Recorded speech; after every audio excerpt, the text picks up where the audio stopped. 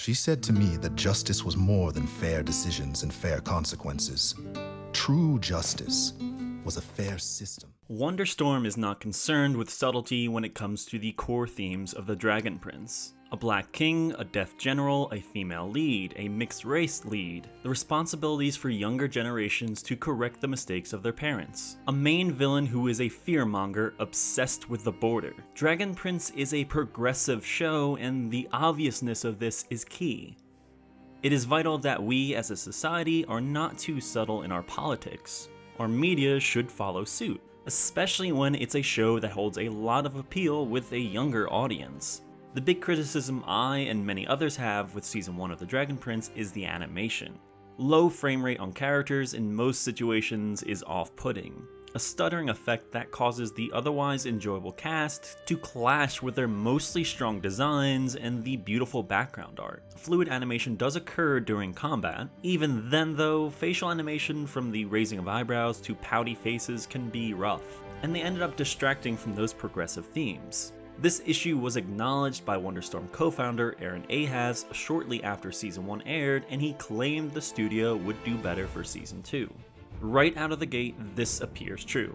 It's a statement scene, one where General Amaya traverses a mountainous path with ample lava flow and comes into combat with a group of elves, which, by the way, we can note that Amaya is just tossing dudes into the lava. It's not graphic, but any suspicion you had that they're just falling semi-safely to our lower level is wiped away with the whoosh of oxygen released as an elf lands below. Brutality aside, this opening looks good, not only in action, but the many close-ups of Amaya and the elves she fights show off solid facial animation and stronger overall designs. Where some faces in Season 1 were very flat and lacking detail, everything here is just so much better. The heights of 3D shows are nowhere close to the heights of 2D as far as I'm concerned. Maybe the best example of 3D is Land of the Lustrous, which to be fair sneaks in a lot of 2D. I prefer the visual aesthetics of 2D, but accept the benefits of 3D, and it's important for the medium to keep exploring such. All of that said, after Season 1, I only felt comfortable recommending it with the caveat of massively inconsistent visuals. I have little reservations about the Dragon Prince now. Yes, the animation is smoother all around, the designs are better, Callum doesn't look flat. There is significant depth to his face now, shadowing, cheekbones, shading of the skin, more pronounced line work. All very important considering he's a character that we spend hours looking at. Additionally, the direction, camera work, and shot composition is much stronger. The usage of a rotating camera adds a whole lot of dynamism to any given moment, whether it's spicing up a fight or giving a dramatic entrance. It's used a whole lot, as if someone at Wonderstorm figured out a cool feature in their animation program and stapled it to every scene they could, but I'm more than okay with that. Right away, Viren's type of villainy is made clear. His intro begins with him being a complete fearmonger, spouting about the shadows of dragons being seen in the clouds above human villages. A gathering of elves on the southern border who intend to invade, hyperbolic claims about a crisis of historic proportions and humanity could face extinction. He attempts to solve this border crisis by overstepping the bounds of his power, taking executive control that does not belong to him. At the gathering of the Pentarchy, a meeting of the 5 leaders of the human kingdoms, he is such a piece of garbage. Casting magic to put on a show, exaggerating the threat, saying it's the end times, having fake shadow elves attack the other committee members. That's like if someone at the UN put on an interactive play about terrorism during a UN summit about the very subject. Learning to accept how those we love can be deeply compromised is an essential teaching of life. For Ezran and Callum, they care about Soren and Claudia. They're old friends, and Callum has long since crushed on Claudia. Both the children of Viren have plenty of admirable qualities and are capable of kindness. Though Soren proves to be much more loose with his morals this season, he's swung back around by the end, given the destruction of a town that can be traced back to his arrogance. However, they are indeed the children of Viren. While they continue to stray from following his orders without question, so much of who they are is tied to seeking paternal approval. Their moral teachings come from a man who has no issue with disingenuous theatrics to make people afraid of a threat that isn't as big of a problem as he's letting on. And the solutions he's offering are not the actual solutions. So naturally, these kids are, well, kind of screwed up. It's why neither outright rejected Viren's secret commands from last season that involved the death or risk of death to the princes and the other sibling. The bond between Claudia and Soren is strong though. So strong in fact that when Soren is paralyzed, Claudia sinks deeper into dark magic in order to heal Soren.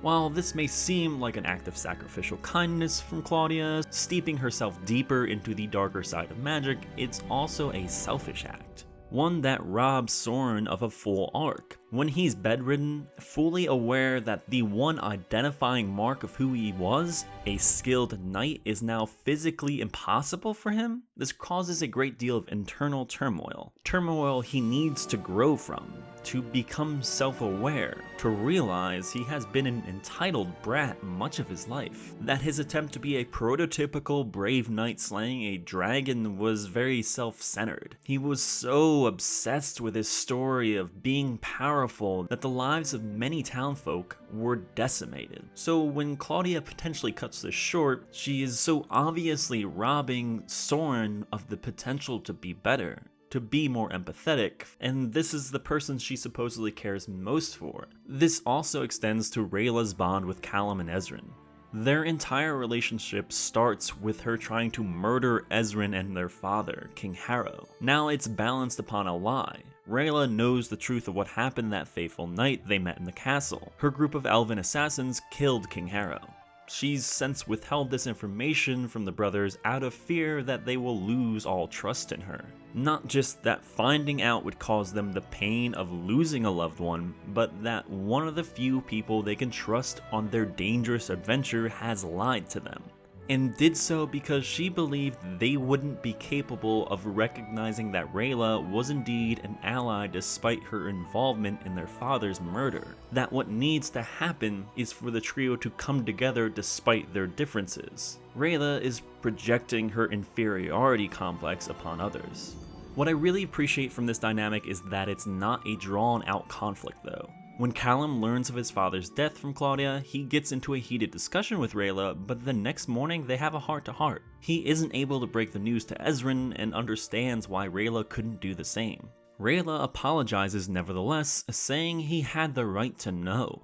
They recognize how horrible and painful the situation is, but that at the end of the day, they care for each other. They may screw up and not always treat one another as they deserve, but are willing to heal and learn from those experiences. The willingness to accept themselves, faults and all, then improve is an essential theme.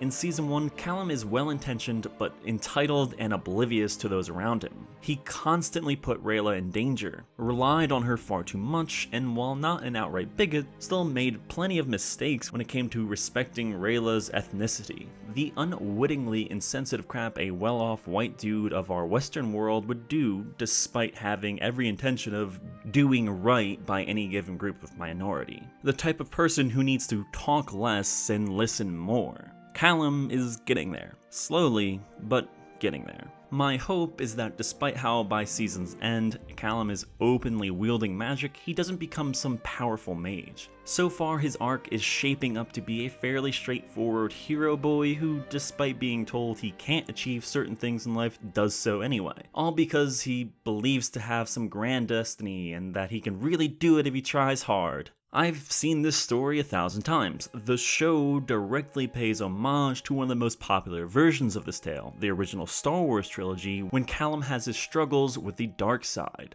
And Star Wars itself is just one big monomyth, a good one, but still one of the countless entries into an incredibly common template of storytelling. For similar reasons, I'm really not into the budding romance between Callum and Rayla. I understand that this is a popular ship within the Dragon Prince fandom, but I really don't understand why you all are so boring. The need for a relationship to bud between male and female leads is telling of both writer and viewer perspectives. It's complicit in this false narrative that for someone to be complete, to reach the end of their character arc, they need to find love, which is some ancient social values. The thing that makes people feel guilty or embarrassed for being alone on Valentine's Day. We need more stories where the main cast are fine by themselves, where the value of platonic friendships takes center stage. Because I refuse to believe that Callum isn't the type of lazy fella to leave a pile of dishes unwashed, throw trash into an overflowing trash can, or sit on the couch in his dirty underwear for 3 days straight. If these two moved in together, not only would the relationship be dead within a week, so would Callum. Some of the strongest characterization comes during the Harrow-centric flashbacks. We not only see a compelling leader be realized before our very eyes, but learn a whole lot of world history along the way, such as why Harrow was a beloved king. While he controlled a monarchy in a world filled with such, he wields the rhetoric of socialism, or at least believes in some socialist systems and values, especially when compared to the standards of the rest of the world. His dream of Lady Justice involves several lines about how the accident of birth should not determine one's chances in life, that a good government is a system that accommodates fairly for all.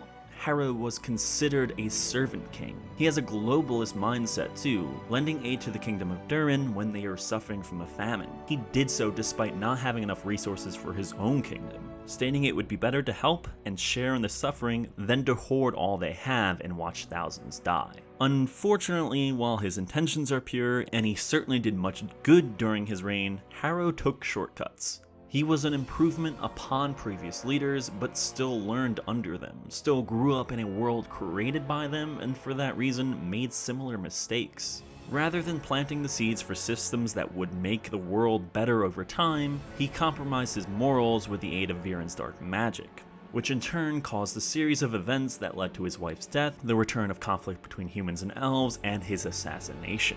This thematic arc culminates when Callum finally reads Harrow's letter from the premiere. The letter holds optimism within, the belief that despite the troubles of the time, there is hope within younger generations. Harrow is imparting what he has learned over the course of a life and role as a leader mired by costly mistakes. He perpetuated an unwillingness to better understand the world of magic and elves, and the cycle of war between them continued. I love the way Harrow describes history as a lie. That culturally we tell a narrative of the rise and fall of empires, battles, and great generals when the subject is being taught. But such is merely a story of power. True strength happens when you are vulnerable and compassionate. This is juxtaposed by a story told from Viren, which can be described as the very thing Harrow warns Callum of. A tale of heroes conquering a beast, where the brave sacrifice themselves in battle and compassion is framed as weakness. But maybe there was another way. Maybe a greater effort could have been made in the production of food. Maybe Harrow could have reached out to other human kingdoms. Maybe even the elves. Instead, he chose to go into elven territory without permission and cause death the whole way. But how do I take a stand? Believe me, I want to go down there with you and be the heroes who stop all the fighting and save the day, but I can't do that. I can't do anything. I wouldn't call myself politically active. I'm relatively informed and know my stance on most issues, but I don't engage with the current political system within the US outside of voting once every 2 years.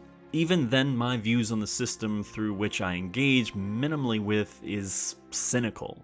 And like Callum, my reasoning is that I often feel powerless. Who am I to right the many wrongs with how our society works? Where would I even start? The Dragon Prince may not have a tangible answer applicable to my real-world questions, but it does stress that this feeling of powerlessness is okay. It's natural to look at the numbers on gun violence or how bigoted pieces of garbage who have long and thoroughly detailed histories of being bigoted pieces of garbage hold so much power, and be frustrated by that. People struggling to afford basic healthcare needs and being drowned in debt for more serious matters.